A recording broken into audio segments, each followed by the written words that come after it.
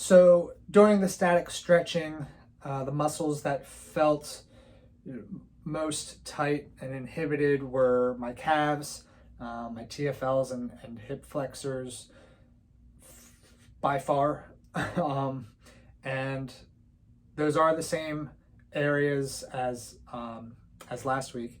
And just to reiterate, I think that is because I spend a lot of time driving to and from work, about 2.5 hours every day, and then I'm spending a lot of time sitting while at work, generally in poor posture with rounded shoulders and a forward lean over a book or a screen.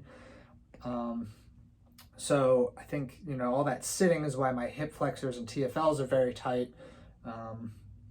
And I do also coach track. So that's kind of my time to be up on my feet every day, and I can get some light running in, but I don't do much stretching as we're learning about now. And I think that's why my calves are tight. So I did my first set of squats. And I just felt very inhibited in my lower back. I couldn't get very deep without having a heavy forward lean. I felt inhibited a bit in my hip flexors, and I could tell that was the case because I was having trouble with dorsiflexion. I was having some knee valgus, and my heels just felt like they wanted to lift up off the ground.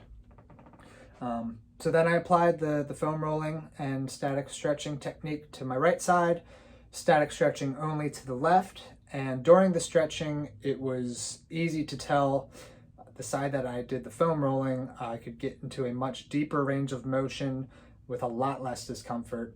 Whereas the contralateral side that I only did the static stretching, I felt like I was in a deep range of motion initially when I wasn't, and there was a lot of discomfort.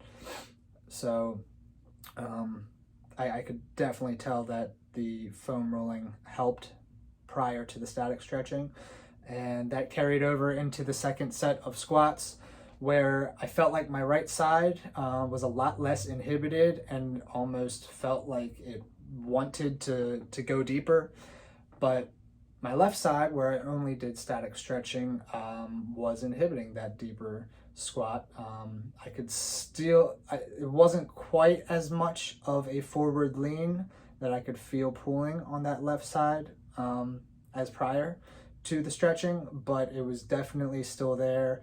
And same with my hip flexors and the dorsiflexion problems from the first set of squats. So all in all, definitely saw that foam rolling should be applied before static stretching, and it brings a much greater effect.